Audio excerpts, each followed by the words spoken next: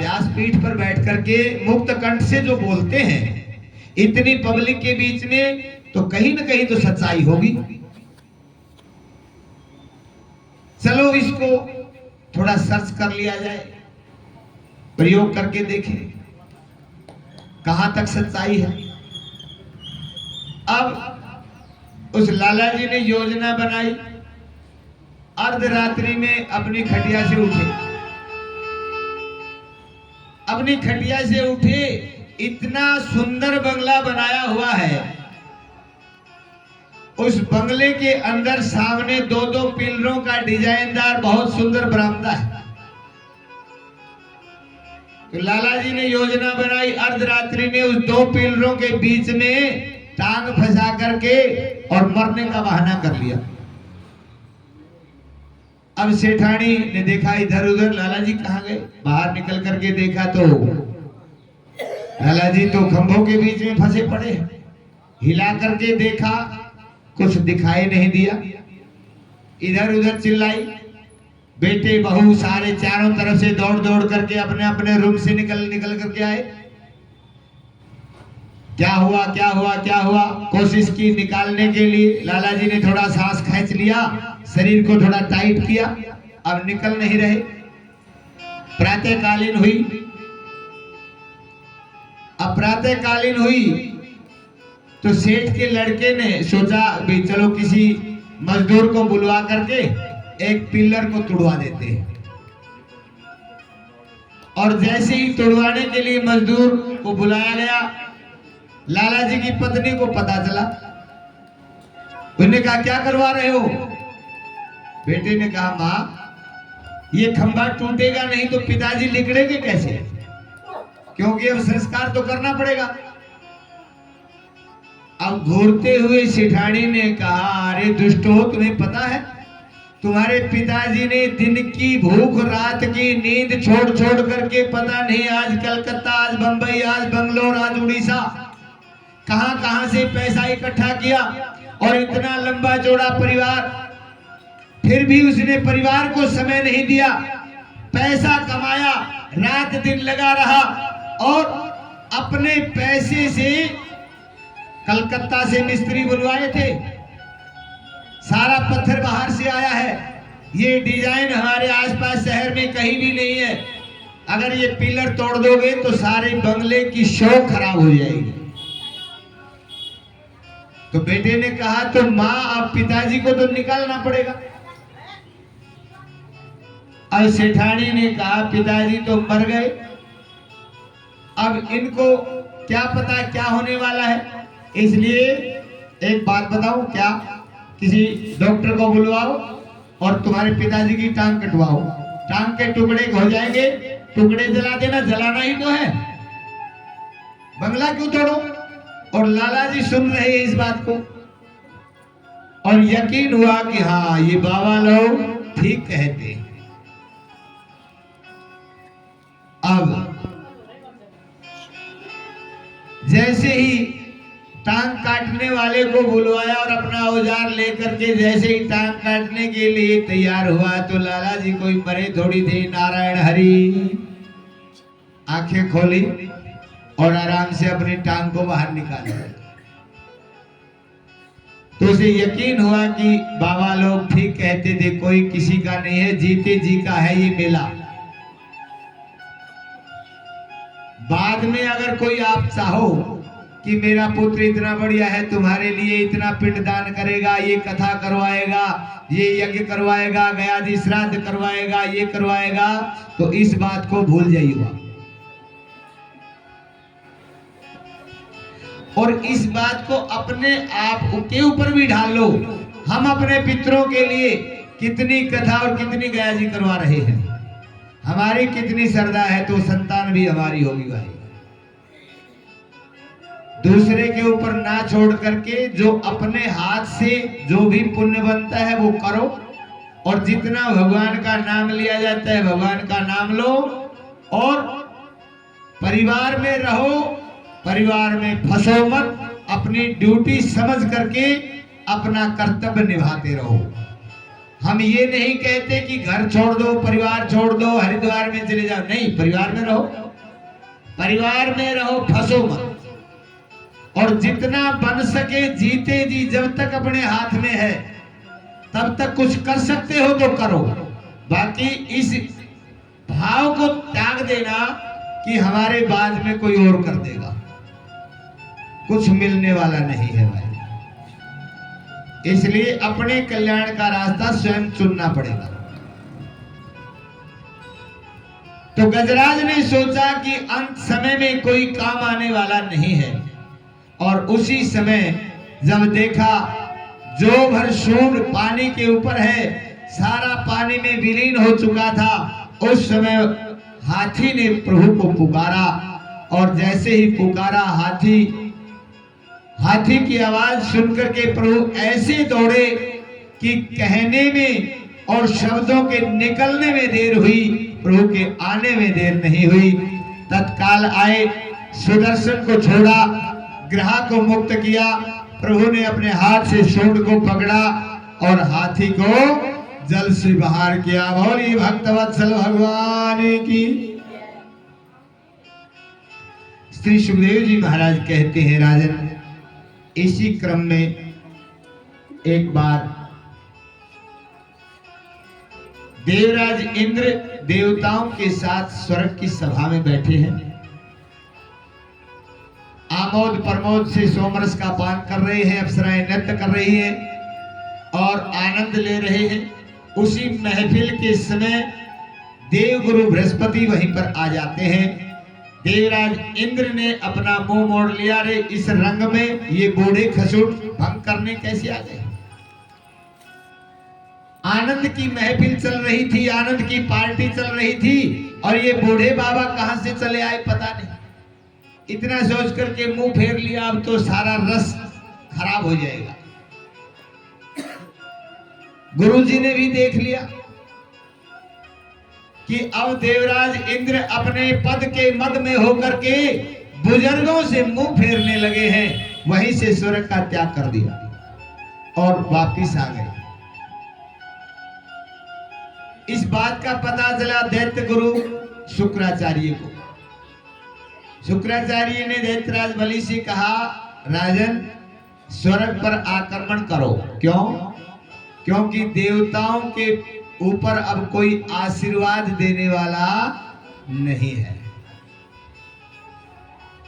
जिस परिवार के ऊपर बुजुर्गों का आशीर्वाद नहीं होता, या बुजुर्गों से पूछकर कोई कार्य नहीं किया जाता, या जिस परिवार में बुजुर्गों का अपमान होता है, ऐसे परिवारों को उजड़ने में ज्यादा टाइम नहीं लगता भाई।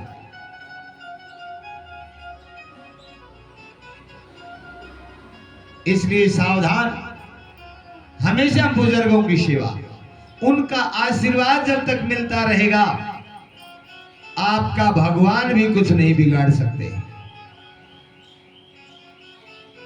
भगवान भी उसके अधीन हो जाते हैं। जहां बुजुर्गों की, जिस घर परिवार में सेवा होती है और बुजुर्गों के कहने से परिवार चलता है।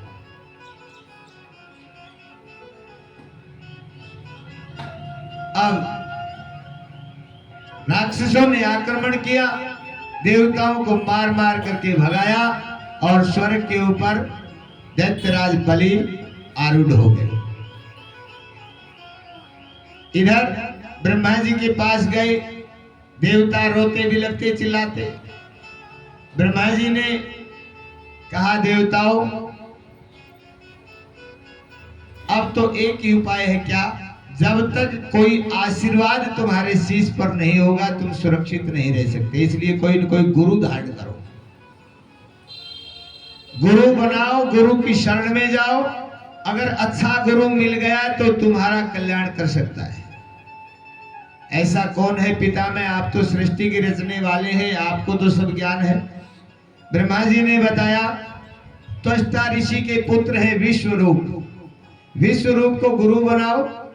अगर वो तुम्हारे गुरु बन गए तो तुम्हें निर्भय कर देंगे। देवता आए विश्वरूप के पास, विश्वरूप ने मना कर दिया। आज बृहस्पति का अपमान किया है, कल मेरा करोगे, तुम्हारी क्या तसल्ली? जो इतने वर्षों से बृहस्पति जो आपके गुरु हैं उसी का अपमान तुमने कर दिया, तो मेरा तो तुम कर ही दोगे। देवराज इंद्र ने आश्वासन दिया, चरण पकड़ लिए, झूठ मूठ के आंसू बहाने शुरू किए और हर शर्त को पूर्ण किया। अब विश्वरूप को गुरु बनाया। विश्वरूप ने नारायण कवच दे करके देवताओं को सुरक्षित किया और पुनः देवताओं ने राजा बलि पर आक्रमण किया, उनको मार मार करके भगाया और पुनः देवराज इंद्र स्वर्ग के राजा बन गए। इस प्रकार से दैत्यों की मां है दिति, कश्यप की पत्नी है। कश्यप ऋषि से एक बार आग्रह किया, स्वामी मेरे पुत्र दर दर की ठोकरें खा रहे हैं और मेरी बहन अदिति के पुत्र देवता राज सुख भोग रहे हैं, तो कोई ऐसा व्रत बताइए जो मेरे पुत्र इंद्र को मारने वाले हो, क्योंकि राक्षसों की मां है, क्या मांग सकती है? दूसरों को मारना, काटना, विनाश करना। जैसा भाव होगा वैसा ही तो मांगेगी। अब दुष्टों की मां है, इंद्र को मारने वाला पुत्र, ऐसा कोई उपाय बताओ। कश्यप ऋषि ने एक पुरुषवन नाम का व्रत बताया कि देवी 1 वर्ष का व्रत है, संयम नियम से अगर करोगी तो तुम्हारी इच्छा पूर्ण होगी। अब छोटा व्रत इसलिए नहीं बताया क्योंकि किसी को मारने काटने की बात कर रही है। कश्यप ऋषि ब्राह्मण है, उसने सोचा लंबा व्रत बताऊंगा तो व्यवस्था बिगड़ जाएगी, जो संयम नियम है वो बिगड़ जाएंगे, व्रत टूट जाएगा और उसको फल नहीं मिलेगा। इसलिए 1 वर्ष का पुरुषवन नाम का व्रत बताया और दिति उस व्रत को करने लगी। इस बात का पता देवराज इंद्र को चला कि मेरी मौसी मेरे को ही मारने के लिए व्रत कर रही है। अब देवराज इंद्र अपनी मौसी के पास ही आ गए, एक 12 वर्षीय बच्चा बन करके, और कहने लगे, मां क्या मैं आपके आश्रम की व्यवस्था, सेवा शुश्रूषा अगर आपकी आज्ञा हो तो करूं? अब देवराज इंद्र ने तो सोचा ये संयम नियम से व्रत करेगी तो इसको भंग करना जरूरी है, नहीं तो हमारा तो काल पैदा होगा। दिति ने सोचा कोई बात नहीं, बच्चा है, चलो सेवा करेगा। उन्होंने कहा कोई बात नहीं बेटा, और इंद्र वहां पर रहने लगे और इंतजार करने लगे कब व्रत टूटे और कब जो है बात बने। अब समय निकलता रहा, इंद्र व्रत तुड़वाने में भूमिका निभाते रहे। ये खा लो मौसी, ये खा लो, चलो मैं चरण चापन कर दूं, यहाँ लेट जाओ, ये कर दो, किसी न किसी तरीके से भंग हो जाए। तो एक बार व्रत इंद्र ने जबरदस्ती तुड़वाया और जो न खाने वाली चीज थी वो लालच दे करके खिला दी कि बहुत अच्छे मोमोज आए हैं मार्केट में, भिवाड़ी में नाम है, एक तो खा ही लो। संध्या का समय था, जो भी व्रत करता है संध्या के समय वैसा भी सोना निषेध है, और फिर झूठे मुंह और खुले बाल, बाल खुले हुए हैं, झूठा मुंह है, संध्या का समय है, एक तो उसको खिला दिया और एक अपने हाथ से सहारा दे करके ही उसको सिला दिया, मामा सो जाओ ना, थोड़ी देर आराम करो। वो लेट गई, संध्या का समय, निद्राग्रस्त हो गई, व्रत भंग हो गया। इंद्र को मौका लगा, उसी समय मौसी के गर्भ में प्रवेश किया और अपने तलवार से गर्भस्थ बच्चे के 7 टुकड़े कर दिए भाई। लेकिन वो बच्चा मरा नहीं, एक बच्चे के 7 हो गए। अब एक एक के 7 टुकड़े पुनः कर दिए, 49 बन गए। फिर मारने लगा तो बच्चे चिल्लाने लगे, कहने लगे भैया तुम तो हमारे बड़े भाई हो, हमें क्यों मारते, हमारा क्या दोष है? इंद्र ने कहा तो एक बात पर मैं तुम्हें छोड़ सकता हूं, क्या?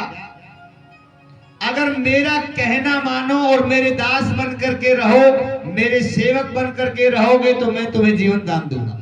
बच्चों ने कहा ठीक है, कोई बात नहीं, हम सदैव आपके सहयोगी बन करके रहेंगे। इंद्र ने कहा तो आओ बाहर। अब आगे आगे इंद्र और पीछे पीछे 49 बच्चों ने जन्म लिया। यही 49 बच्चे वायु रूप है। वायु, आप जानते हैं वायु को न काटा जाता है, न जलाया जाता है, न सुखाया जाता है।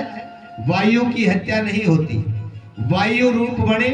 रामचरितमानस में पंक्ति आप पढ़ते हैं दिन रात। जब हनुमान जी लंका जलाने के लिए गए और लंका जलाने लगे, उस समय पवन जी ने आदेश दिया इन मरुदगणों को, जाओ मेरे बेटे हनुमान का सहयोग करो।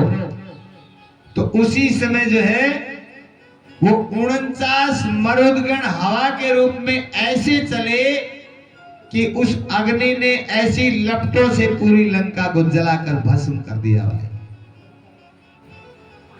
हरि प्रेरित ते अवसर चले मरुद 49, ये वही पंक्ति है।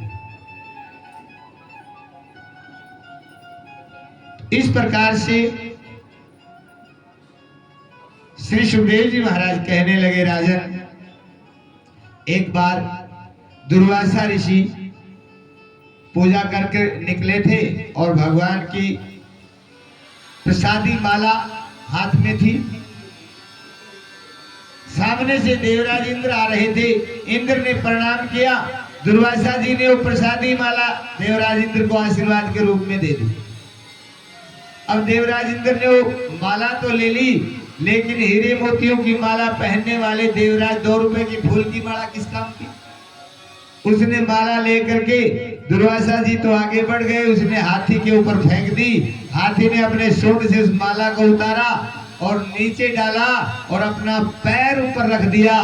दुर्वासा जी ने पीछे मुड़ करके देखा, क्रोधित हो गए, अरे दुष्ट इंद्र, भगवान की प्रसादी माला का अपमान, श्राप दे दिया, जाओ श्रीहीन हो जाओ।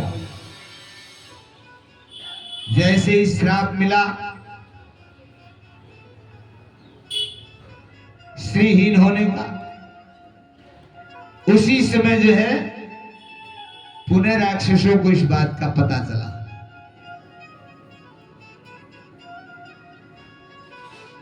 गुरु शुक्राचार्य ने पुनः राजा बलि से कहा कि जाओ देवताओं के साथ युद्ध करो, क्योंकि अब ब्राह्मणों का श्राप है।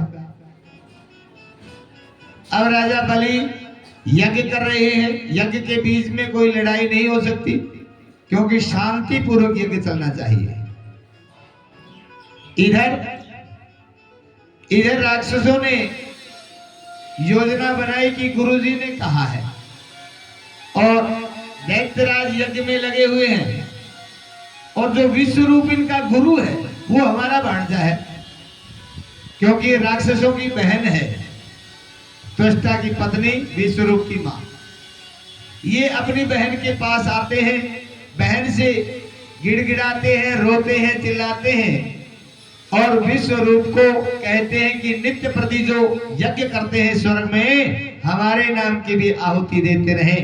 लेकिन विश्वरूप की मां ने मना कर दिया, मेरा बेटा विश्वासघाती नहीं हो सकता। वो जिसका गुरु है, जिसका खाए अन्न, उसी का तो काम करेगा, तो उसी में लगेगा उसका मन, दूसरी जगह कैसे जाएगा? जिसको हमारे देसी भाषा में कहते हैं ना, जिसकी खाए बाजरी उसकी बजाय हाजरी। देवताओं का गुरु है, लेकिन वो तो राक्षस है। राक्षसों के पास दिखावा बहुत होता है भाई। हमारे आसपास भी ऐसे होते हैं जो झूठ मूठ के आंसू दिखा करके और छलने की कोशिश करते हैं, विश्वास दे करके। तो रोने लगे, बहन, तुम चाहती हो कि तुम्हारे भाई इसी तरह नष्ट होते रहे, भूखे प्यासे मरते रहे, कंदराओं में गुफाओं में रहे, तो चलो ठीक है। लेकिन बहन तो इतनी सुकोमल होती है कि भाई चाहे कितना भी दुष्ट हो, कितना भी भला बुरा कहे, लेकिन एक बार अगर भाई आकर के बहन से कह दे कुछ, तो बहन तो उसी समय पिघल जाती है। बहन कभी भी अपने भाई की आंखों में आंसू नहीं देख सकती। और बहन ने उठ करके अपने पल्लू से भाइयों के आंसू पूछने शुरू किए, भैया रो मत, चलो कोई बात नहीं, मैं करूंगी आपका काम, कहूंगी। अब राक्षस निश्चिंत हो गए। विश्वरूप आए मां से मिलने के लिए। आज विश्वरूप एक साधारण ब्राह्मण पुत्र नहीं है, देवताओं के गुरु हैं। अनेकानेक देवताएं, कोई तो पुष्प आगे आगे पुष्प छिड़क रहा है, कोई इंद्र का छिड़काव कर रहा है, कोई छत्र लिए हुए है, कोई चंवर ढुरा रहा है, कोई शंख ध्वनि कर रहा है। अनेक प्रकार के देवताओं के साथ सुसज्जित होकर के और विश्वरूप देवताओं के मध्य में चल रहे हैं। इस प्रकार जो है मां से मिलने आए, लेकिन इतने बड़े देवताओं के झुंड को देख करके मां अपने पुत्र से बात कैसे करे। योजना बनाई, द्वार के बाहर ही सभी देवताओं को सुरक्षित रोक दिया कि आप यही रुको, तुम्हारे जलपान की व्यवस्था यही हो जाएगी। मैं अपने पुत्र से कुछ बातें भी करूंगी और आज अपने हाथ से पुत्र के लिए प्रसाद बनाया है, चूरमा बनाया है, मैं अपने हाथ से खिलाऊंगी। सभी देवताओं को बाहर रोक दिया गया, विश्वरूप को अंदर ले आई। आज मां ने अपने हाथों से प्रसाद बनाया और अपने पुत्र को अपने पास बिठाया, अपने हाथों से प्रसाद खिलाने लगी। सारी कुशल क्षेम पूछी। माता ने सारी भूमिका पहले बनाई, विश्वरूप को जमाया और फिर कहने लगी, बेटा देखो ना, अब तो सारे ठाठ हैं और छोटी सी एक बात है। क्या? देखो ये तुम्हारे मामा है ना, ये भी तो अपने ही हैं, देवता भी अपने हैं, तो ये तुम्हारे मामा, ये तो हमारे अपने हैं, आपके ही हैं। तो तुम यज्ञ करते हो तो ऐसा करो, बीच बीच में इन राक्षसों के निमित्त भी कुछ आहुति दे दिया करो, ताकि इनके अंदर भी बल पैदा हो। विश्वरूप ने कहा, मां तुम कहती हो ये बात? अरे आजीवन आपने संस्कार दिया है मां कि किसी के साथ विश्वासघात मत करना बेटा। विश्वास दे करके किसी को और उसके साथ विश्वासघात करो, इससे अच्छा तो विष दे दो, वो अच्छा है। विश्वरूप ने मना कर दिया, मां ऐसा नहीं हो सकता। अब मां भी मां थी, मां भी झूठ मूठ के अश्रु प्रवाहित करने लगी, सिसकियां लेने लगी। बेटा आज तक मैंने कुछ नहीं मांगा,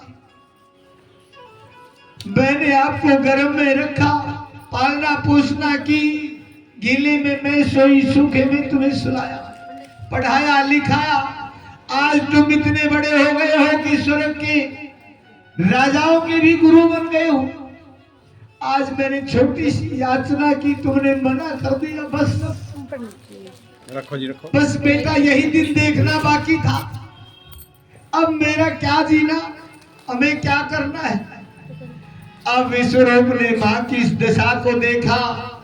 विश्वरूप अपने आप को रोक नहीं पाए और उन्होंने कहा, मां बस मत रो, क्योंकि शास्त्रों में लिखा है, पुत्र के सामने अगर किसी माता पिता की आंखों में आंसू आ जाते हैं तो वो पुत्र पुत्र कहलाने का अधिकारी नहीं होता, वो पुत्र तो मूत्र से भी गया गुजरा होता है। विश्वरूप ने कहा, मां चाहे मुझे पापी क्यों न बनना पड़े, लोग मुझे दुष्ट की दृष्टि से चाहे देख ले, मुझे नरकगामी क्यों न बन जाऊं, चाहे मुझे कोई भी बड़ा पाप लग जाए, लेकिन आपकी इच्छा अवश्य पूर्ण करूंगा। विश्वरूप स्वर्ग में गए, नित्य प्रति हवन होता है। बीच बीच में दुष्टों के राक्षसों की आहुति देने लगे। देवराज इंद्र ने देखा हमारे साथ गुरुजी धोखा कर रहे हैं, सभी को सतर्क किया कि गुरुजी आजकल धोखा कर रहे हैं। सबने देखा, हाँ हमारी ताकत भी कम हो रही है, क्यों न ध्यान रखा जाए। आज सभी देवता सतर्क हैं। यज्ञ पुनः शुरू हुआ और जैसे ही देवताओं की आहुति डालते डालते धीरे से नमचाए स्वाहा जैसे ही कहा, आंखों से आंखें मिली, उसी समय देवराज इंद्र ने विश्वरूप का गला काट दिया। लेकिन विश्वरूप तो एक ब्राह्मण था। विश्वरूप के शरीर से ब्रह्म हत्या निकली, आकर के देवराज इंद्र का गला पकड़ लिया। दुष्ट जाएगा कहां? देवराज इंद्र ने चित्कार की, ब्रह्मा जी को याद किया। ब्रह्मा जी आए, ब्रह्मा जी ने ब्रह्म हत्या से मुक्ति दिलाने की कोशिश की। ब्रह्म हत्या ने कहा मुझे स्थान चाहिए। ब्रह्मा जी ने कहा कोई बात नहीं देवी, मैं आपको व्यवस्था आपकी बनाऊंगा। ब्रह्मा जी ने देखा इस संसार के अंदर जो परोपकार के लिए जो जन्म लेता है वही ब्रह्म हत्या को उठ सकता है भाई, बाकी ब्रह्म हत्या को कोई ग्रहण नहीं कर सकता। सबसे पहले पृथ्वी मां को बुलाया। पृथ्वी, चाहे इस पृथ्वी के ऊपर कोई फैक्ट्री लगाए, चाहे कोई खड़ा खोदे, चाहे कोई फैक्ट्री आग लगाए, पृथ्वी किसी को मना नहीं करती। पृथ्वी परोपकार के लिए आती है, सहन सकती है। पृथ्वी ने कहा इसका एक हिस्सा तुम ले लो। पृथ्वी ने कहा मुझे क्या मिलेगा? ब्रह्मा जी ने वरदान दिया कि सदैव तुम्हारी दशा बदलती रहेगी। आज जो ऊषर धरती है कल उपजाऊ बनेगी, और जो भी गड्ढा खोदेगा समय पा करके आपका वो गड्ढा अपने आप भर जाएगा। इसलिए तुम्हारी व्यवस्था अपने आप बनती रहेगी। जहां 2 कौड़ी की जमीन होगी समय पाकर वही करोड़ों की बन जाएगी।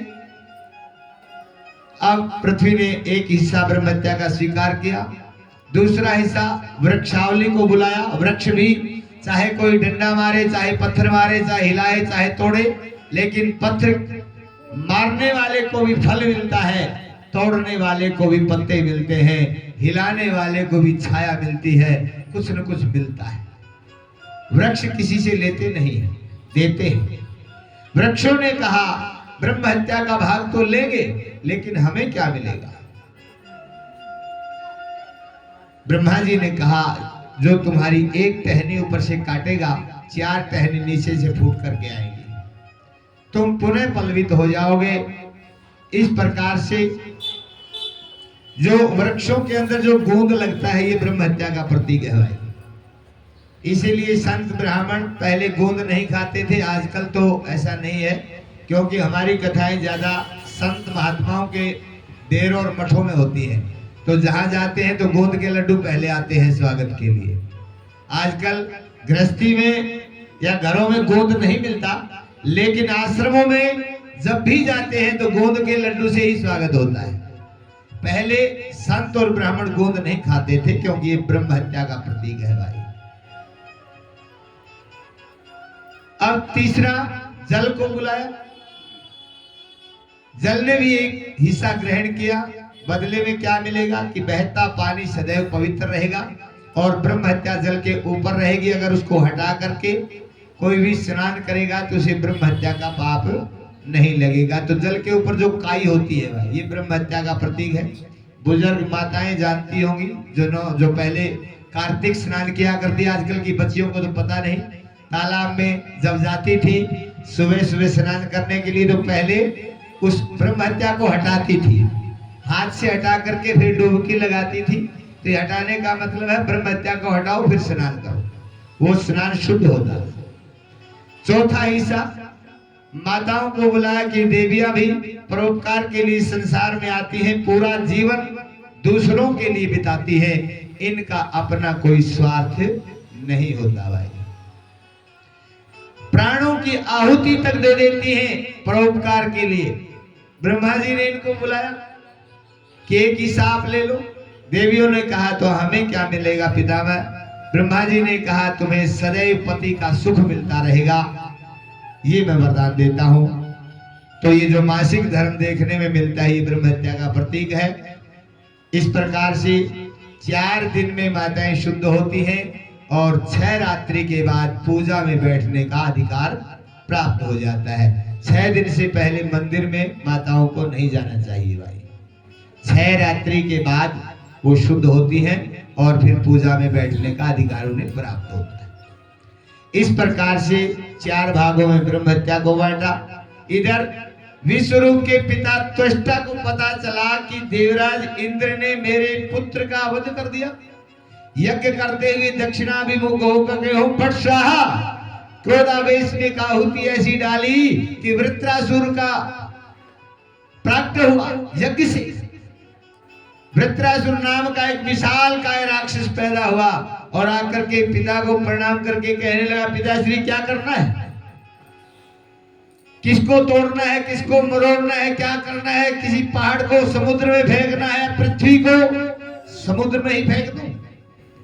त्वष्टा ऋषि ने कहा, बेटा इंद्र के पास जाओ, तुम्हारे भाई के वध का बदला लो, बस इतना ही करना है।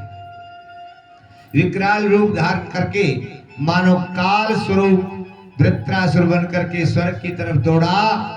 देवताओं को पता चला, ऐसे काल रूप वृत्रासुर को देख करके देवता तो पहले ही भाग गए, स्वर्ग खाली हो गया। स्वर्ग के सिंहासन पर वृत्रासुर बैठ गए। अब देवता रोते चिल्लाते विलखते ब्रह्मा जी के पास गए, ब्रह्मदेव उपाय बताओ। ब्रह्मा जी ने कहा, अरे देवताओं तुम बार बार अपराध करते हो, बार बार फिर रोते चिल्लाते आ जाते हो। ब्रह्मा जी से कहने लगे, कोई बात नहीं बाबा, अब के बाद हम कोई ऐसी बात नहीं करेंगे। ब्रह्मा जी ने कहा तो ठीक है, दधीचि ऋषि के पास जाओ और उनके शरीर का दान मांगो, उनकी हड्डियों से 100 गांठ का वज्र बनवाओ, उससे वृत्रासुर का वध करो।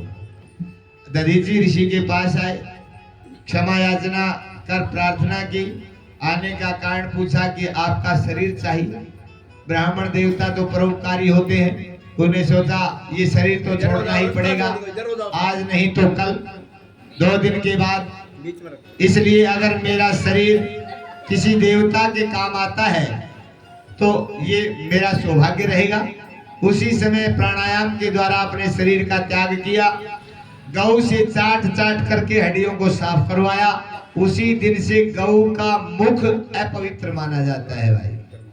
गौ का मूत्र शुद्ध है, गौ का गोबर शुद्ध है, गौ का दूध शुद्ध है, लेकिन गौ का मुख अपवित्र है क्योंकि एक ब्राह्मण की हड्डियों को चाटा है। इस प्रकार से विश्वकर्मा के द्वारा दधीचि ऋषि की हड्डियों से 100 गांठ का वज्र तैयार हुआ और वज्र लेकर के वृत्रासुर के सामने इंद्र आया तो ब्राह्मण की हड्डियों के वज्र को देख करके वृत्रासुर ने प्रणाम किया कि देवराज यहां तक गिर सकते हो, मेरे वध के लिए एक ब्राह्मण की हत्या भी कर सकते हो। ये ब्राह्मण की हड्डियां हैं, मैं इनको प्रणाम करता हूं और परमात्मा से प्रार्थना करने लगे, हे परमात्मा मैं मोक्ष नहीं चाहता, मैं कहीं भी जन्म लूं तो आपके दासानुदास का दास बन जाऊं, कि किसी आपके भक्त का भक्त बन जाऊं, सेवक बन जाऊं, बस मुझे और कुछ नहीं चाहिए। जैसे ही सामने खड़ा हुआ वृत्रासुर ने कहा, देवराज प्रहार करो, मार डालो मुझे। दोनों हाथ इस तरह की वज्र का प्रहार किया, एक हाथ काट दिया, पुनः कहा कि दूसरा हाथ भी काट दो, दूसरा हाथ भी कटा। वृत्रासुर को थोड़ा क्रोध आया, मुंह फाड़ा और देवराज इंद्र को वज्र के समान सही थी, रसगुल्ले की तरह गटक गए। अब तो देवता थे वो भी भाग गए, देवराज तो पेट में, लेकिन नारायण कवच से सुरक्षित हैं, देवराज मरे नहीं। वज्र से ही पेट काट काट करके बाहर निकले हैं और फिर वृत्रासुर ने कहा, देवराज मेरा गला काट दो। अब वृत्रासुर का गला काटने से पहले इंद्र सावधान हो गए क्योंकि पहले भुगत भोगी है। एक बार तो ब्रह्मा जी ने ब्रह्म हत्या से छुड़वा दिया था, ये भी ब्राह्मण पुत्र है, अगर अब ब्रह्म हत्या निकलेगी तो कोई छुड़वाने वाला नहीं है। सावधान हुए और क्या किया, देवराज इंद्र ने जैसे ही वृत्रासुर का गला काटा, गला काट करके दौड़ लगाई, आगे आगे इंद्र और पीछे पीछे ब्रह्म हत्या। मान सरोवर की कमल नाल में जाकर के छुप गए और ब्रह्म हत्या चारों तरफ मंडराने लगी, कभी तो निकलेगा। अब वहां पर भगवान का भजन सतत करने लगा क्योंकि कोई भी पाप, कोई भी दोष भगवान के नाम से कटता है भाई। कमल नाल में इंद्र सतत जाप करने लगा। इधर स्वर्ग का सिंहासन खाली है। देवताओं ने ब्रह्मा जी से कहा, ब्रह्मा जी ने कहा कि देवराज इंद्र तो अब आ नहीं सकते, इसलिए मृत्युलोक में राजा नहुष है, उनको लाकर के सिंहासन पर बिठा दो। देवता नहुष के पास आए, नहुष को सिंहासन पर बिठाया और स्वर्ग के सिंहासन पर बैठते ही राजा नहुष को पद का मद हो गया भाई। क्योंकि कुर्सी में एक ऐसा नशा होता है, जो भी इस कुर्सी पर बैठ जाता है, बैठने से पहले तो उससे कुछ भी हाँ भरवाओ सब पूरी करेगा, लेकिन बैठने के बाद वो पहचानेगा भी नहीं। ये कुर्सी का नशा होता है। नहुष ने जैसे ही इंद्रासन को स्वीकार किया और सिंहासन पर बैठे, सबसे पहले ध्यान कहाँ गया कि इंद्र की पत्नी जो है सची बहुत सुंदर है। अब स्वर्ग का राजा तो मैं हूं, इंद्र तो है नहीं, क्यों न सची को ही अपनी पत्नी बना लिया जाए। सची के पास निमंत्रण भेज दिया कि अब इंद्र नहीं, इंद्र मैं हूं, स्वर्ग का राजा मैं हूं, इसलिए तुम मेरी पत्नी हो, मुझे पति रूप में स्वीकार करो और मेरी काम वासना शांत करने के लिए तैयार हो जाओ। सची को ये पता चला, कांपने लगी, मेरे सतीत्व का क्या होगा, लेकिन मेरा इस आपत्ति के समय मेरी रक्षा और सुरक्षा कौन करेगा। सची ने देखा आपत्ति के समय इस संसार में अगर कोई बचा सकता है तो वो एक ब्राह्मण है भाई। जगह जगह और जहां जहां भी देखोगे, जिसने जाकर के मदद की है, ब्राह्मण एक ऐसा शरीर है अपने प्राणों को भी आहुति में देकर के दूसरे की रक्षा कर देता है। देवगुरु बृहस्पति को याद किया, वर्षों पहले जा चुके थे, लेकिन सची ने याद किया, वो तो कृपालु थे। उसी समय आए, बेटा बात क्या है। रोने लगी, गुरुजी से सारा वृतांत बताया। गुरुजी ने उपाय बताया, बेटी चिंता मत करो, छोटी सी बात है। उपाय बताया कि आप पत्र लिखो, नहुष के पास भेजो कि 4 विद्वान ब्राह्मणों के द्वारा उठाई गई पालकी में बैठकर मेरे महल तक आओगे तो तुम्हारी हर कामना को पूर्ण किया जाएगा। जैसे ही नहुष ने उस पत्र को पढ़ा, अंगिरा, भृगु, गौतम और अगस्त 4 ऋषियों को, ब्राह्मणों को बुलाया, पालकी में जोड़ा, स्वयं पालकी में आरूढ़ हुए, चलो सची के महल में। और जैसे ही कामी पुरुष इंतजार नहीं कर सकता भाई, कामी पुरुष जब काम वासना प्रकट होती है, एक एक पल वर्षों के बराबर निकलने लगती है। शीघ्र चलो, जल्दी चलो, शीघ्र चलो, जल्दी चलो। चल तो रहे थे, लेकिन नहुष सोच रहा था कि बहुत धीरे चल रहे हैं। उस कामी नहुष ने एक ब्राह्मण के सिर पर पद का आघात किया, रे दुष्ट जल्दी सरक। जैसे ही ये सुना, उस ब्राह्मण ने श्राप दिया, रे क्या सरक सरक करता है, दुष्ट राजन, जा मृत्युलोक में सर्प बन करके विचरण कर। उसी समय पालकी से सर्प बन करके स्वर्ग से मृत्युलोक में आकर के विचरण करने लगा और सची का सतीत्व बच गया। सुखदेव जी कहते हैं, राजन 10,000 वर्षों तक देवराज इंद्र ने कमल नाल में भगवान का सतत तप किया। उस तपस्या के प्रभाव से, भगवान के भजन से ब्रह्म हत्या का दोष कट गया और पुनः आकर के स्वर्ग का राज्य संभाल लिया। अब इस प्रकार से श्री सुखदेव जी कहते हैं, राजन अब और क्या सुनना चाहते हो। जैसे ही प्रभु का गुणानुवाद सुनते सुनते श्री सुखदेव जी महाराज के वचनों से निकले हुए शब्दों को सुनकर के महाराजा परीक्षित आनंदित हुए। तो आइए, देवताओं को पुनः स्वर्ग की प्राप्ति हुई है। 2 मिनट का थोड़ा संकीर्तन कर लेते हैं। कथा बहुत लंबी है और आप समय बहुत कम देते हो। मैं चाहता हूं कथा आप तक सारी पहुंचाऊं, लेकिन समय तो किसी की इंतजार नहीं करता। आइए थोड़ा सा एक भजन और उसके बाद फिर कथा में प्रवेश करते हैं, क्योंकि आज उत्सव का समय है। उत्सव भी मनाएंगे और अभी भगवान के काफी अवतारों की कथा बाकी है, उस कथा को भी यथा समय पहुंचाना है। तो आइए वृंदावन बिहारी लाल की बोली कृष्ण कन्हैया लाल की, बोली श्रीमद् भागवत पुराण की। आइए मिलकर प्रभु को रिझाएंगे। आप भी मेरे साथ मिलकर प्रभु के चरणों में अपने अपने भाव प्रकट करेंगे। कि पकड़ लो हाथ बनवारी, नहीं तो डूब जाएंगे और हमारा कुछ न बिगड़ेगा, तुम्हारी लाज जाएगी। आइए मिलकर गाएंगे सभी। पकड़ लो हाथ बनवारी, नहीं तो डूब जाएंगे। पकड़ लो हाथ बनवारी, नहीं तो डूब जाएंगे, हमारा कुछ न बिगड़ेगा, हमारा कुछ न बिगड़ेगा, तुम्हारी लाज जाएगी।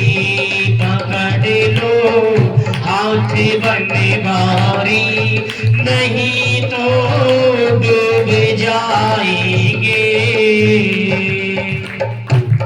तुम्हारे ही भरोसे पर ज़माना छोड़ बैठे हैं, तुम्हारे ही भरोसे पर ज़माना छोड़ बैठे हैं। ज़माने की तरफ देखो, ज़माने की तरफ देखो, हमें कैसे निभाओगे। ज़माने की तरफ देखो, हमें कैसे निभाओगे। पकड़ लो हाथ बनवारी, नहीं तो डूब जाएंगे। और प्रभु पड़ी मझधार में नैया, खिवैया कोई नहीं मेरा।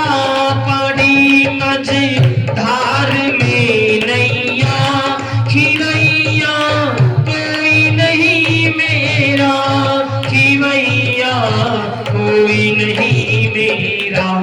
खिवैया आप बन जाओ, खिवैया आप बन जाओ, तो बेड़ा पार हो जाए।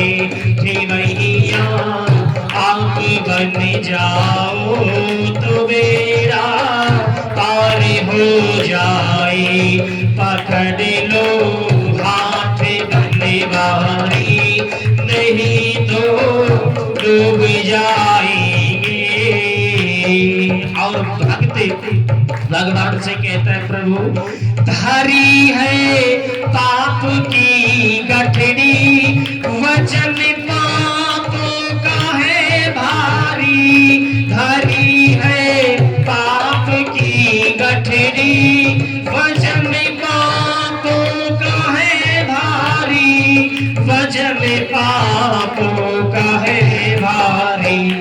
ये गठरी आप संभालो तो, ये गठरी आप संभालो तो, हो नैया पार हो जाए। पकड़ लो हाथ बनवारी, नहीं तो डूब जाएंगे, हमारा कुछ न बिगड़ेगा, तुम्हारी लाज जाएगी। लड़कीपन की मोहब्बत है हमारी, छूट जाएगी। चाहते हैं हमारी छूट जाएगी, हमारी छूट जाएगी। लगी ना नग जड़ी चूड़ी, लगी ना नग जड़ी चूड़ी, जो एक दिन टूट जाएगी। पकड़ लो हाथ बनवारी, नहीं तो डूब जाएंगे। हमारा कुछ ना बिगड़ेगा, तुम्हारी लौट जाएगी। पकड़ लो हाथ बनवारी, नहीं तो डूब जाएंगे। अब बोली कृष्ण कन्हैया लाल की, बोलिए श्री वृंदावन धाम की, बोलिए श्रीमद् भागवत पुराण की। बोलिए श्री बालाजी महाराज की, लखदातार की। आइए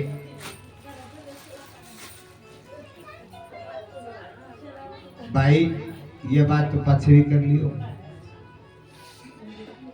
एक तो इतना सा समय दो आप, और कथा इतनी बड़ी सुनना चाहो, और उसके बीच में भी आप जो है क्षमा चाहूंगा, थोड़ा यहाँ बैठो तो थोड़ा बोलो। बोलिए वृंदावन बिहारी लाल की। श्री सुखदेव जी कहने लगे, राजन इधर दैत्यराज बलि का यज्ञ संपन्न हुआ और गुरु शुक्राचार्य ने आदेश दिया कि जाओ स्वर्ग के ऊपर आक्रमण करो। गुरु जी का आशीर्वाद लेकर के दैत्यराज बलि ने स्वर्ग पर आक्रमण किया और देवताओं को मार मार करके भगा दिया और स्वर्ग के राजा बलि बन गए। अब देवता कंदराओं में गुफाओं में छुपते छुपाते भगवान नारायण के पास पहुंचे। श्री हरि के चरणों में जाकर के रोने लगे, बिलखने लगे कि प्रभु हमारी रक्षा करो। भगवान कहने लगे, देवराज अब तो 7.5 चल रही है तुम्हारे ऊपर, इंतजार करना पड़ेगा। अब हर रोज मखमल के गद्दों पर सोने वाले गुफाओं में कब तक पड़े रहेंगे। देवताओं ने कहा, प्रभु कुछ भी करो, लेकिन कोई न कोई तो उपाय बताओ। भगवान नारायण ने कहा, एक उपाय है क्या? देवता तुम जाकर के राक्षसों के साथ संधि करो और संधि करके समुद्र मंथन करो। समुद्र में रत्न छुपे हुए हैं और वहां से अमृत निकलेगा तो तुम्हें मरने का भय नहीं रहेगा। देवराज इंद्र ने कहा, प्रभु वो तो स्वर्ग के राजा है, बलि त्रिलोकीनाथ है, वो हमारे से संधि क्यों करेगा? अरे संधि तो बराबर वाले के साथ होती है, हम तो दर दर के ठोकरे खाने वाले भिखारी हैं और राक्षस त्रिलोकीनाथ है, बताओ संधि कैसे करेगा?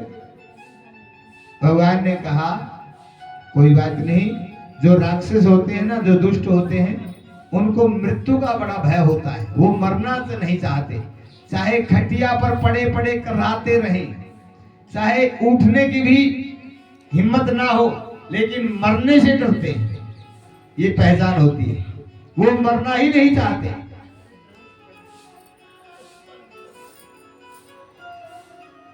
चाहे कष्ट कितना हो जाए, लेकिन मरना नहीं चाहते। ये पहचान होती है। जो भक्त होगा वो मरने से कभी नहीं डरता भाई, वो उसे पता है मरना पड़ेगा, इसलिए मृत्यु का स्वागत करो। ये डरने की चीज नहीं, स्वागत की चीज है। निर्भय हो जाओ और स्वागत के लिए तैयार खड़े रहो। परमात्मा का धन्यवाद हो, कोई बात नहीं, प्रभु आपकी चीज है, आपका फल है, ये आपका पुष्प है, जब चाहे तोड़ो। हमारे मना करने से तो मना होगा नहीं, तो इसलिए हंसी खुशी से समर्पित हो जाओ, फिर जो है आपको कोई भय नहीं होगा। भगवान ने कहा, ये दुष्ट होते हैं ना, ये मरने से डरते हैं, इसलिए उन्हें लालच दे दो। क्या कि दोनों मिलकर के समुद्र का मंथन करेंगे, अमृत निकलेगा, अमृत पान करेंगे तो मरेंगे ही नहीं। इस बात को सोच करके, और वो तुम्हारे से संधि कर लेंगे। अब देवता आए, बलि के चरणों में गिड़गिड़ाने लगे, भैया देखो हम एक ही पिता की संतान हैं, हम तो आपस में भाई भाई हैं, और आपको पता है समुद्र के अंदर रत्न छुपे हुए हैं, इसलिए हम दोनों मिलकर के समुद्र मंथन करेंगे तो समुद्र में अमृत है, और जब अमृत निकलेगा तो हम अमृत का पान कर लेंगे, फिर ये मरने का झंझट ही समाप्त हो जाएगा। राक्षसों की ये बात समझ में आ गई, ये बात तो बड़ी अच्छी, अमृत पान करने के बाद तो मरेंगे नहीं, तो फिर न तपस्या की जरूरत है न वरदान मांगने की जरूरत है, हम तो अमर हो जाएंगे। संधि हो गई, संधि हो गई तो समुद्र मंथन की तैयारी की। मंदराचल पर्वत को लाया गया मधानी बनाने के लिए, वासुकी नाग को लाया गया नेता बनाने के लिए, और जैसे ही समुद्र में मंदराचल पर्वत को छोड़ा, वो तो बहुत भारी है, धंसने लगा। भगवान से फिर प्रार्थना की देवताओं ने, प्रभु ऐसे थोड़ी मंथन होगा। भगवान ने यहाँ पर कच्छप अवतार धारण किया है। बोलिए कच्छप प्रभु भगवान की। कछुए की खोपड़ी गोल होती है भाई, बैरिन की तरह काम करती है, उसके ऊपर आराम से घूमता रहेगा, कोई कष्ट नहीं होगा। आधार शक्ति दी भगवान ने, और जैसे ही मंथन शुरू हुआ, मंथन शुरू हुआ तो मंथन तो अमृत के लिए हुआ, लेकिन पहले तो जहर निकला। अब जहर तो इतना विषैला कि दूर दूर तक, जहां तक उस विष की जो गंध जाती थी उसी से मूर्छित होने लगे जीव, इतना विषैला। और एक बात बताऊं, हम कोई भी मंथन करते हैं ना, कोई प्राप्त करने के लिए, तो पहले जहर ही निकलता है। कैसे निकलता है? मानो हमारे परिवार में या दो भाइयों में अड़बड़ है, कोई झगड़ा है, तो हम मिलाने के लिए बैठते हैं कि दोनों भाई एक हो जाएं। विवाह शादी का फंक्शन है या कोई और उत्सव है या वैसे भी, तो जब बैठेंगे और मिलाने की कोशिश करेंगे तो क्या में निकलेगा? ये गाली गलौज, इसने ये बोला, इसने ये बोला, ये कैसे हो सकता है, ये कैसे होगा, इसने ऐसे कहा। और एक बार ऐसा लगेगा कि मानो इससे तो अच्छा इनको नहीं छेड़ते तो ही ठीक था, ये तो और ज्यादा उपद्रव हो गया। लेकिन वो जहर अगर हम आराम से पी लें तो फिर आराम से व्यवस्था बन जाती है। ये जहर है। हम किसी भी चीज का मंथन करते हैं तो पहले जहर निकलता है, और ये जहर पी लेना चाहिए भाई। एक बात और कहूंगा, समय कम है, कभी समय मिला तो चर्चाएं होंगी, और वैसे भी 1 महीने के लिए तो यहाँ भिवाड़ी में ही प्रोग्राम है। अगर जिसको भी समय लगे, श्री हनुमान जोड़ी धाम में पूरा जनवरी श्री राम कथा चलेगी। माघ महीना जो प्रयागराज में स्नान होता है, वही कल्पवास की व्यवस्था यहाँ बनाई गई है। कोई वहां रहना चाहे, भजन करना चाहे, सारी व्यवस्था है खाने पीने की, रहने की। वही स्नान की, परिक्रमा की, रोज नित्य यज्ञ होगा, और हर रोज कथा होगी, हर रोज कीर्तन भी होगा। शाम को दिन में कथा, प्रातःकालीन यज्ञ और रात्रि में कीर्तन। ये व्यवस्था 1 महीने तक चलेगी, पूर्णिमा से पूर्णिमा तक। 3 जनवरी की पूर्णिमा है, पौष पूर्णिमा, इससे माघ मेला शुरू हो जाता है, और माघ पूर्णिमा 1 फरवरी की है भाई। 1 फरवरी तक ये रहेगा। तो ये आपको जैसा भी समय मिले तो बहुत सुंदर व्यवस्था है, इसमें आप पहुंचे। तो बताने को तो बहुत कुछ बातें हैं, लेकिन क्या बताएं, समय इतना सा है, उसमें क्या बताएं, क्या तो गाने वाला गाएगा, क्या बजाएगा। चलो कोई नहीं, बुजुर्गों से मैं एक बात कहूंगा। क्या? भगवान शिव ने इस जहर को पिया तो देवों के देव महादेव कहलाए, ठीक है। और जहर मैंने बता दिया कि जहर क्या होता है। ये कड़वी बातें ही जहर होता है भाई। बुजुर्गों से मैं प्रार्थना करूंगा अपना बड़प्पन छोड़ करके आप भी छोटे बन जाएं परिवार में। आप ये मत मानो कि मैं 60 वर्ष का हूं, 70 का हूं, 80 का हूं, ये मेरे कहना नहीं मानते, नहीं। चाहे कोई बहू बोले, चाहे कोई बेटा बोले, चाहे पोता बोले, कानों को बंद करो, कानों में रुई रखो और मुंह से मौन हो जाओ। मौन होना सीख लिया, कानों से सुनना बंद कर दिया और आंखों से ताकना झांकना बंद कर दिया तो आपका घर ही स्वर्ग हो जाएगा।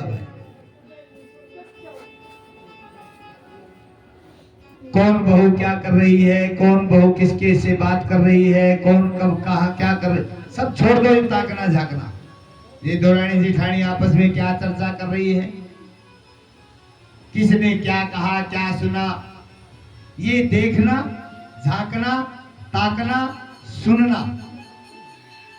समझ में आई बात? अगर ऐसा कर लिया, यकीन मानना आपकी सेवा भी होगी और घर भी स्वर्ग बन जाएगा। बस ये उपाय करो, छोटा सा उपाय बिना पैसे का, और फ्री में बता दिया है, कोई दक्षिणा नहीं। ये तो कर ही सकते हैं। जहर निकला, अब जहर निकला तो देवता ले गए भगवान शिव के पास, भगवान से प्रार्थना की, भगवान शिव ने कंठ में धारण किया और जहर को पी करके जैसे ही कंठ में जहर गया, वो कर्पूर गौर, जो कपूर जैसा सफेद रंग है भाई भगवान शिव का, कोई आप ये नीला सोचते हो जो मूर्तियों में, ऐसा नहीं है। कर्पूर गौरम करुणावतारम, कपूर जैसे गौर कलर के हैं और करुणा के धाम है। जैसे ही जहर कंठ में गया, कंठ में क्यों गया? हृदय में भगवान विराजमान है, अगर जाएंगे तो भगवान को वेदना होगी, लेकिन मुंह में जहर रखना नहीं चाहिए। मुंह में जहर रहेगा तो गाली गलौज निकलेगी, इसलिए न तो मुंह में जहर को रखो और न पेट में जहर को रखो, भाई जलन हो जाएगी। जहर को मध्य में रखो, कंठ में। जहर के कारण कंठ नीला हुआ और भगवान के शरीर की शोभा बढ़ गई और एक नाम मिल गया, बोलिए नीलकंठ महादेव की। पुनः मंथन हुआ और जैसे ही मंथन हुआ, इस बार उच्चैश्रवा नाम का घोड़ा निकला। उच्चैश्रवा नाम का घोड़ा राजा बलि ने लिया। फिर मंथन हुआ, ऐरावत हाथी निकला। बलि ने सोचा ये घोड़ा इंद्र को दे देते तो अब हाथी मिल जाता, लेकिन पहले घोड़ा ले लिया तो ये हाथी इंद्र के हिस्से में आ गया। कौस्तुभ मणि निकली, भगवान विष्णु ने धारण की। वारुणी कन्या निकली, ये राक्षसों को मिली। देव कन्याएं अप्सराएं निकली, स्वर्ग में भेज दी गई। कल्प वृक्ष निकला, स्वर्ग में गया। गौ माता कामधेनु का प्रादुर्भाव हुआ, अग्निहोत्री ऋषि ले गए। जो भी रतन निकलता है, चंद्रमा निकला, भगवान शिव ने धारण किया। सबने अपने अपने हिस्से की वस्तु को धारण किया, लेकिन मंथन करते करते दरिद्रता भी निकली। अब दरिद्रता को कौन ले? सब पीछे हट गए। दरिद्रता को एक साइड में बिठा दिया गया, यहाँ बैठ जाओ देवी, तुम्हारा कोई ग्राहक नहीं है। फिर मंथन हुआ तो लक्ष्मी जी का प्राप्त हुआ।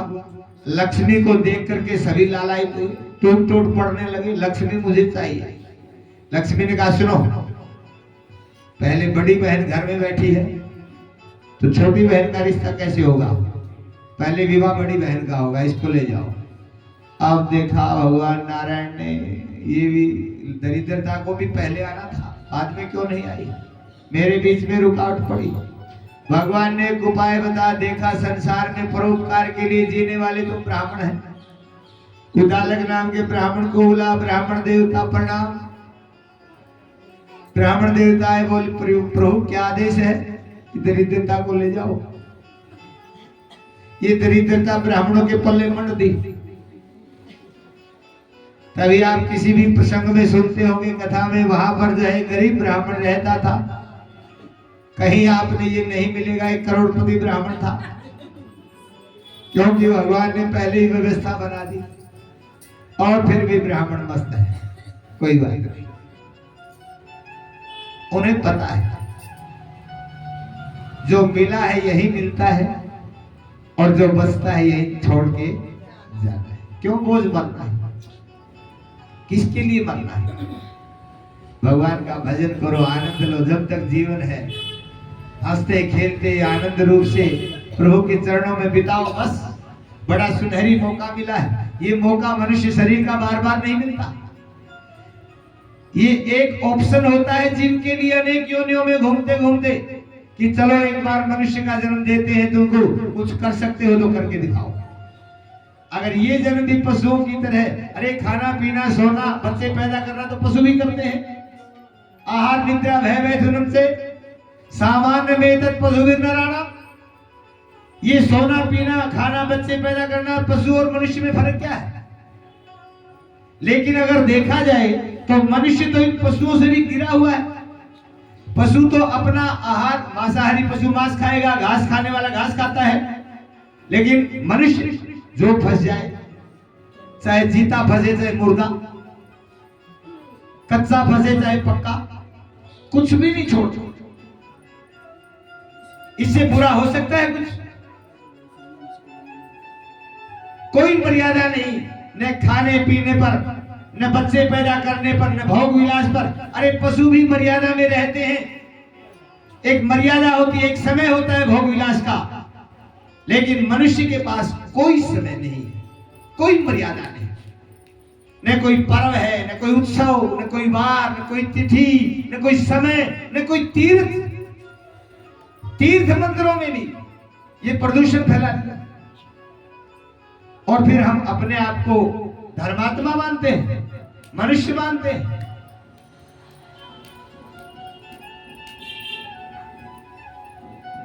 इस प्रकार से पशु और मनुष्य में अगर अंतर रखना है तो अपने आप में मानवता को जागृत करो। और ये श्री राम कथा मनुष्य में मानवता प्रकट करती है। भाई आपने सुना होगा मानवाह, मानवाह के ऊपर श्री राम कथा की पूर्णाहुति होती है।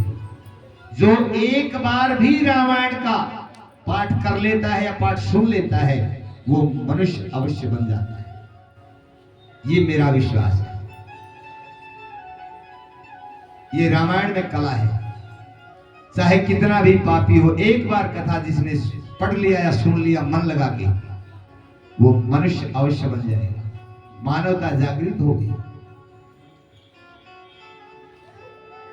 अब दरिद्रता को दालक जी ले गए, ब्राह्मण देवता ले गए, और लक्ष्मी जी ने भगवान नारायण के गले में वरमाला डाली। लक्ष्मी को लेकर के नारायण भगवान चले गए। बोली नारायण भगवान की। अब फिर मंथन शुरू हुआ और धन्वंतरी महाराज अमृत का कलश लेकर के आए। जैसे ही अमृत का कलश लेकर के आए, दैत्य और दानवों में युद्ध हो गया। देवता चाहते हम इसको प्राप्त करें, और राक्षस तो चाहते ही थे, लेकिन राक्षस हर साइड से बलवान थे, सारी ताकत तो उनके पास थी। अमृत कलश चुरा करके उठा करके ले गए।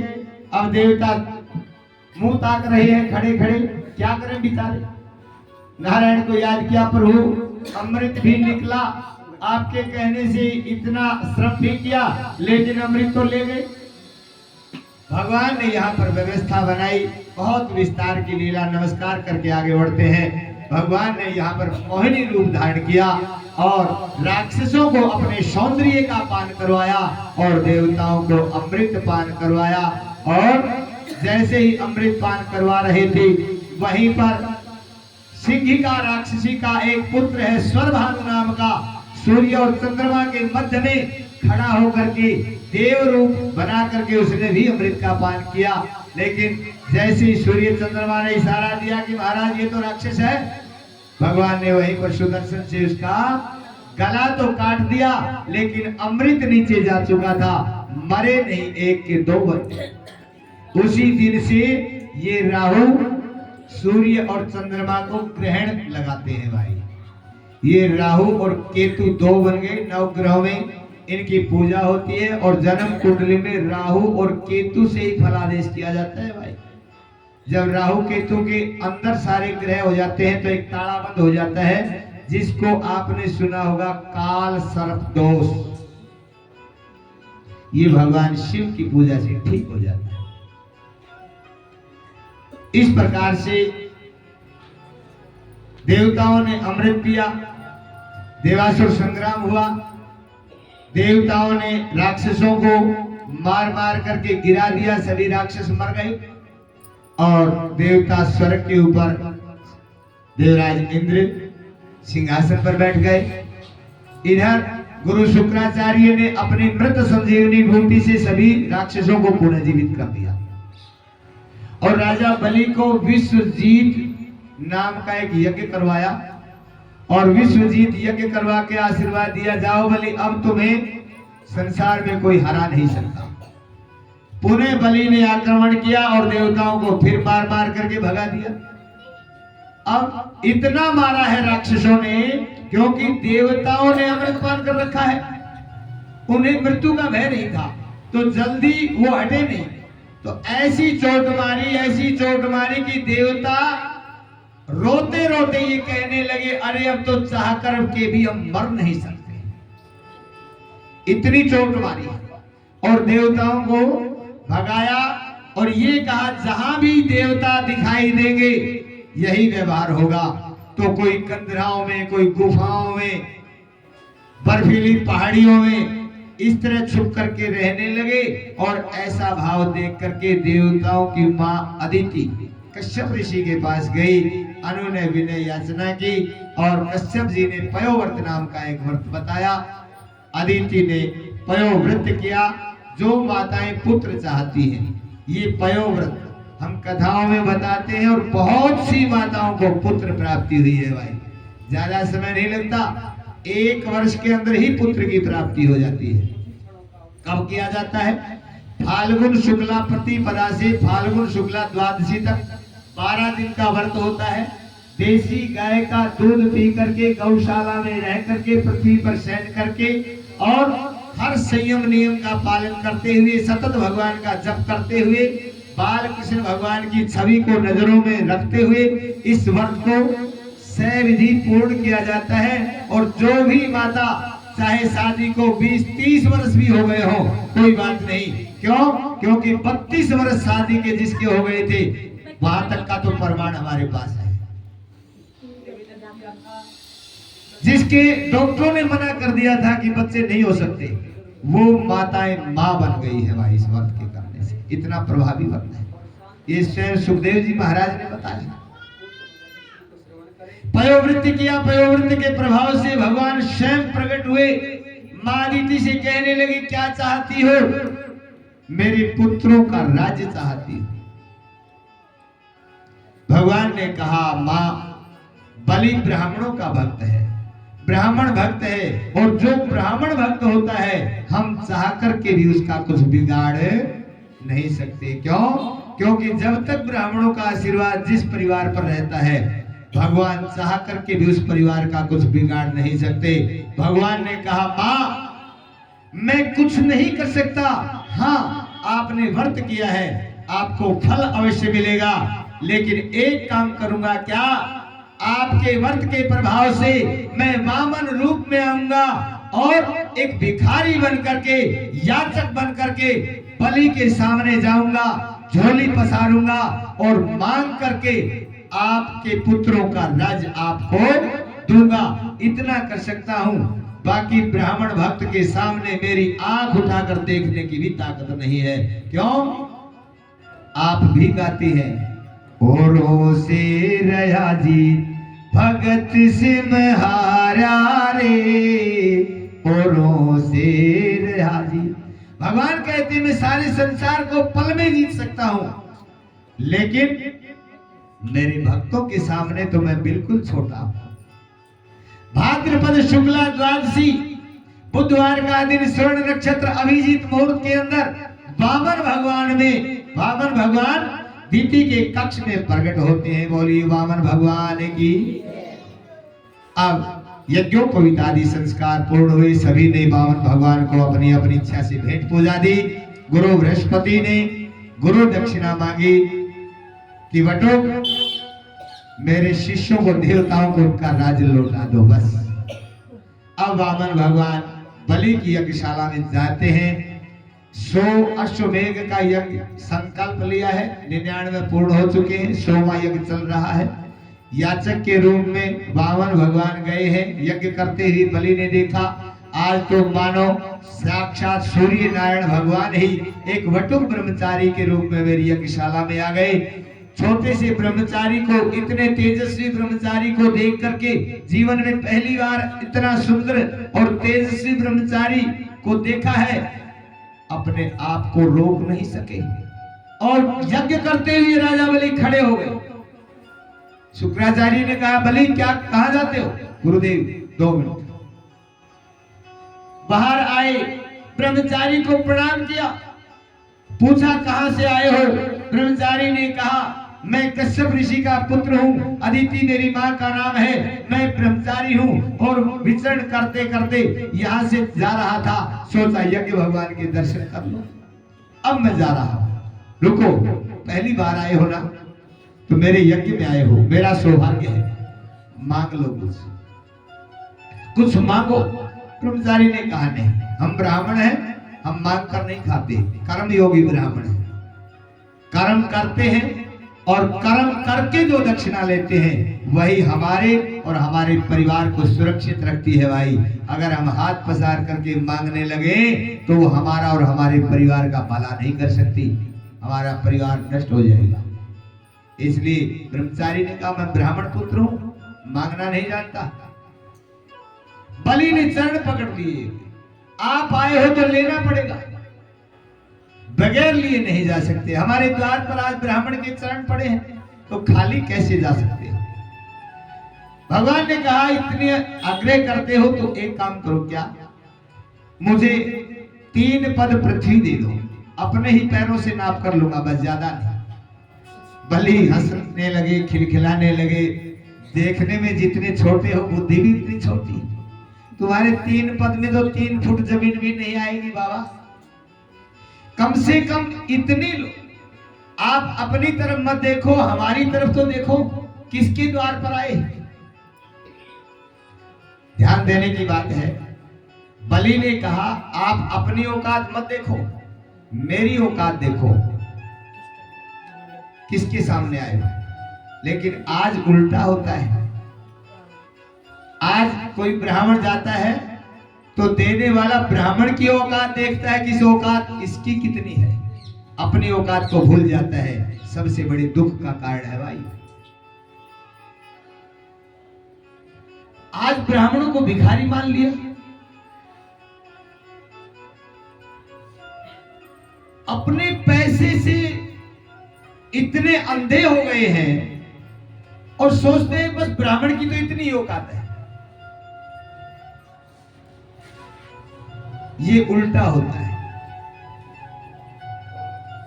लेकिन मेरे प्यारे, किसी सामने वाले की औकात कभी मत देखना।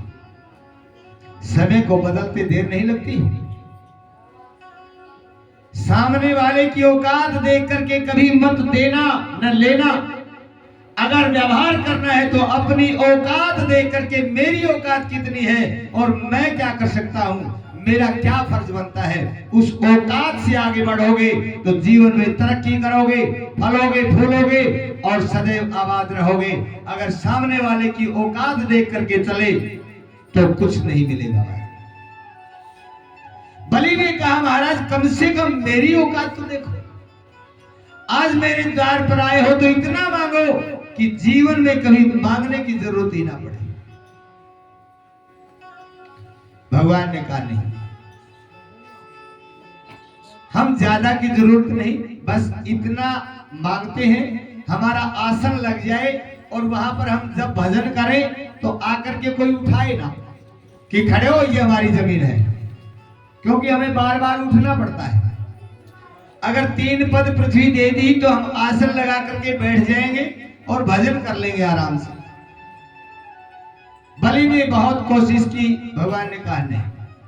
और जैसे ही 3 पद पृथ्वी के संकल्प के लिए बोला कि संकल्प के बगैर नहीं लूंगा, तो पुनः बलि मुस्कुराए कि महाराज शर्मिंदा करते हो, 3 पद भूमि के लिए संकल्प। ब्राह्मण देवता ने, भगवान ने कहा बिना संकल्प नहीं। संकल्प में एक रजिस्ट्री है, जो हम आपका लेते हैं तो हमें देना भी होता है। बैंक से कोई कर्जा लेता है तो भरना भी पड़ता है। ये नहीं कि ब्राह्मण को दे रहे हैं फ्री का है, और फ्री का समझ के जो ब्राह्मण लेता है उस ब्राह्मण का भी परिवार नष्ट हो जाता है भाई। और जो कर्म करके अपनी औकात के अनुसार लेता है और उसके अनुसार भजन करके उसको पचाता है, उस ब्राह्मण का परिवार सुरक्षित रहता है। ये इतना आसान नहीं है। पता नहीं किस किस घर से कैसे कैसे भक्त लोग आते हैं, क्या क्या चढ़ाते हैं, और उसको ब्राह्मण पचाता है। ब्राह्मण इसलिए पचाता है क्योंकि ब्राह्मण का मुख ही अग्निमुख होता है भाई। और ब्राह्मण के मुख के द्वारा आप आहुति डालोगे तो वो कहीं तक पहुंचाओगे, वहां पहुंच जाएगी। वामन भगवान ने कहा संकल्प लो, बिना संकल्प मौखिक नहीं चलते। और जैसे बात हुई, गुरुजी उठ करके आए, देखा ये कौन है, देखा अरे राम राम राम, ये तो संकल्प के लिए तैयार हुए, हाथ पकड़ लिया। बलि क्या करते हो, 3 पद पृथ्वी, ये तो 1 पद में सब कुछ नाप लेगा, नारायण है, छलिया है, और तुम्हारा संकल्प पूर्ण नहीं होगा, तुम्हें नरक में जाना पड़ेगा, बंद करो इसको। बलि ने कहा प्रभु नारायण है। हाँ, अब तो बलि के आनंद का कोई ठिकाना नहीं रहा। नारायण भगवान स्वयं याचक बनकर मेरे द्वार पर, अरे आज जो मेरे पास है ये सब परमात्मा की देन तो है, अगर ये सारा ले भी लेंगे तो मेरा क्या जाएगा। ये है दान भाई।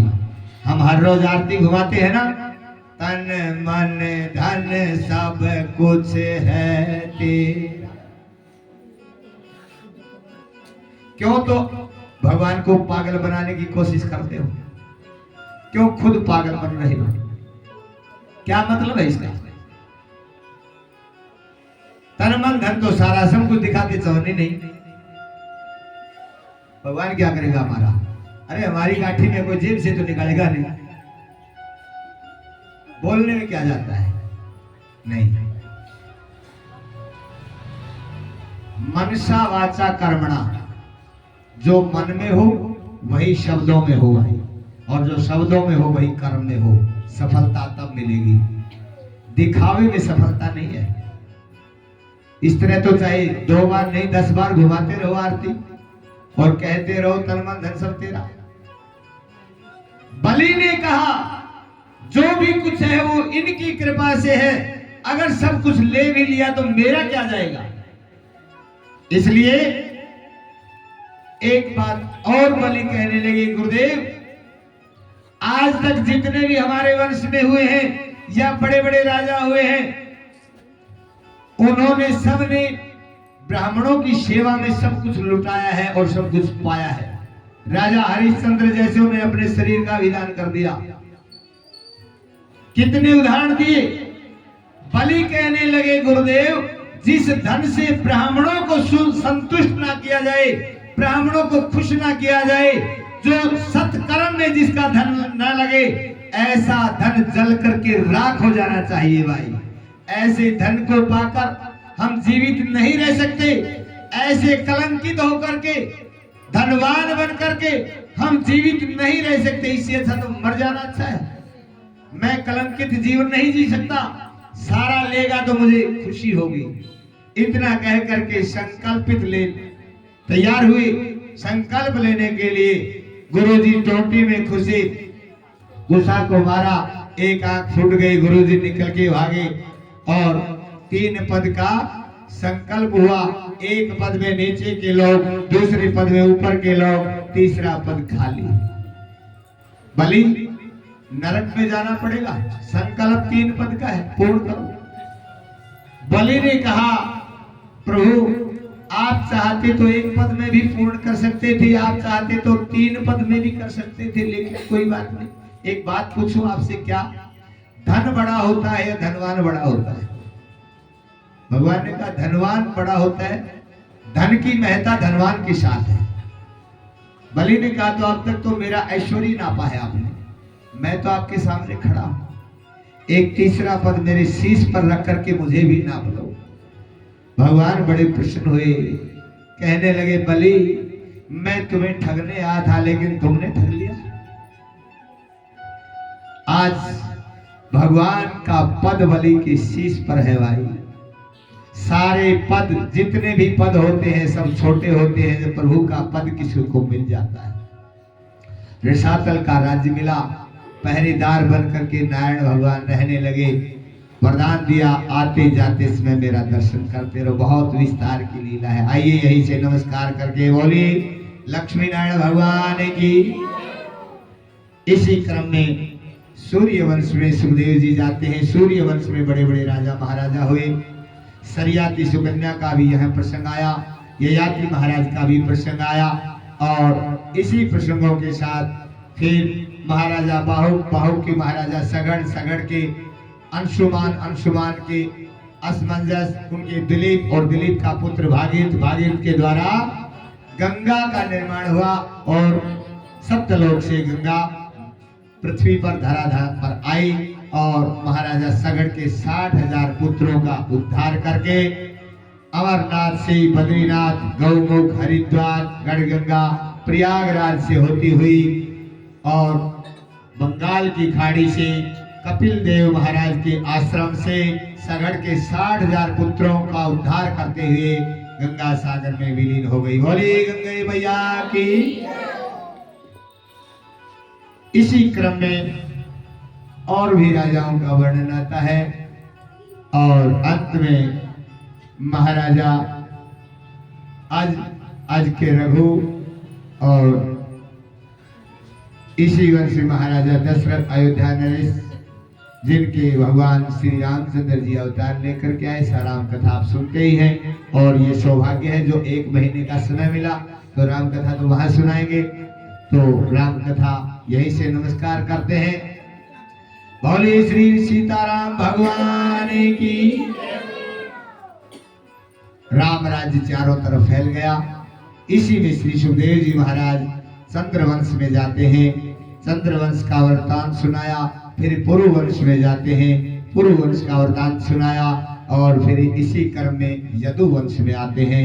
यदुवंश में भी बहुत बड़े बड़े राजाओं का वृत्तांत है और इसमें श्री सुखदेव जी कहने लगे राजन सूरसेन महाराज हैं जिनके पुत्र का नाम है वासुदेव, और इधर उग्रसेन का पुत्र है कंस जो मथुरा नरेश है।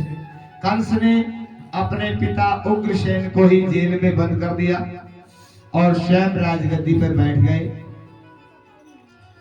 अब कंस बड़ा आतताई दुराचारी पापी है, चारों तरफ प्रदूषण फैला हुआ है। जो पुत्र अपने पिता को ही जेल में बंद कर दे कैसा होगा आप अंदाज लगाओ। अब चारों तरफ कंस को लोग गालियां देते हैं, इस बात का पता कंस को भी चला। अब कंस ने एक सभा का निर्माण किया और मंत्रियों से मंत्रणा की कि प्रतिष्ठा कैसे बने। लेकिन एक बार जब समाज में प्रतिष्ठा बिगड़ जाती है तो लाख कोशिश करो वो प्रतिष्ठा नहीं बनती भाई। इसलिए ये जीवन मिला है, एक एक कदम फूक फूक करके रखना चाहिए। ये जीवन अनमोल है, एक बार भी अगर कलंकित हो गया आजीवन जीवन समाप्त हो जाएगा, लेकिन वो कलंक मिटेगा नहीं। कंस ने चाहा कि मेरी प्रतिष्ठा कैसे बने। मंत्रियों ने कहा कोई अच्छा काम करो, कोई अच्छा काम करोगे समाज में ये संदेश जाएगा कि आजकल तो कंस बदल गए हैं, धार्मिक हो गए हैं और अच्छे काम शुरू कर दिए। अच्छा काम क्या करें? मंत्रियों ने कहा तुम्हारे चाचा की बेटी है देवकी, विवाह की योग्य है, तुम उसका विवाह कर दो, कन्यादान भी हो जाएगा। कन्यादान महादान सर्वदान दुर्लभम, कन्यादान करने से भी पाप कटते हैं। और ये भी हो जाएगा कि आजकल तो कंस धर्माचरण करते हैं, देखो कन्याओं का विवाह भी शुरू कर दिया। तो तुम्हारे चाचा देवकी पुत्री है, देवकी का विवाह अपने हाथ से करो। कंस की बात ये समझ में आ गई। कंस ने वासुदेव के साथ रिश्ता किया और बड़ी धूमधाम से देवकी का विवाह कर दिया।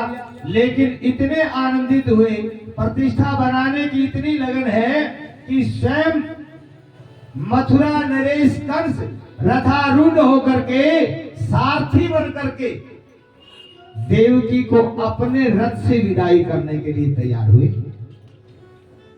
जब इतने आनंदित हुए, देवकी वसुदेव को रथारूढ़ किया और जैसे ही चलने लगे तो आकाशवाणी हुई, ऐ कंस, जिस बहन के विवाह में तुम इतना आनंद ले रहे हो, उसी बहन का 8वां पुत्र तुम्हारा काल होगा।